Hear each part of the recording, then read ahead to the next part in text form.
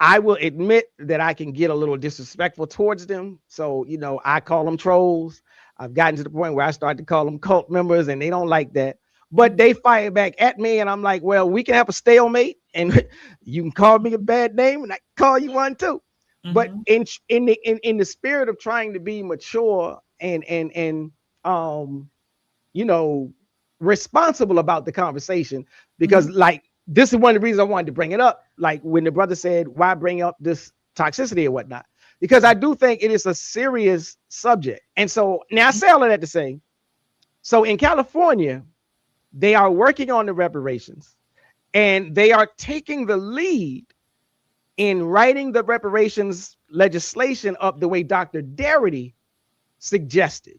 Now, Dr. Darity, he stated that it should be a lineage-based package. It should be a lineage-based deal, and that lineage has to be, tracked to the plantation, so to speak.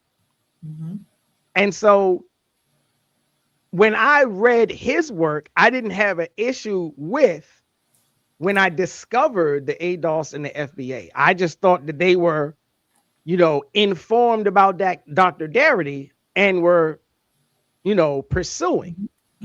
Now, I come to realize that ain't necessarily the truth. But the California grassroots organizations, there's an NAACP chapter, there's I think in Cobra is still a part of it. They are all writing the legislation so that at least the overwhelming majority of whatever dollar amount gets assigned to the reparations package is most specifically for the African American that can trace themselves back to the plantation. Who can trace back to the plantations. I try not to use their acronyms because I feel like if I use it, then I'm giving them a little bit too much credit. Shabazz, break it down with the proper perspective. So much controversy and a lot of deception. You don't know who's coming through with the light and reflection, and whose mouth is mumbling trick knowledge deceptive. Shabazz, break it down with the proper perspective. So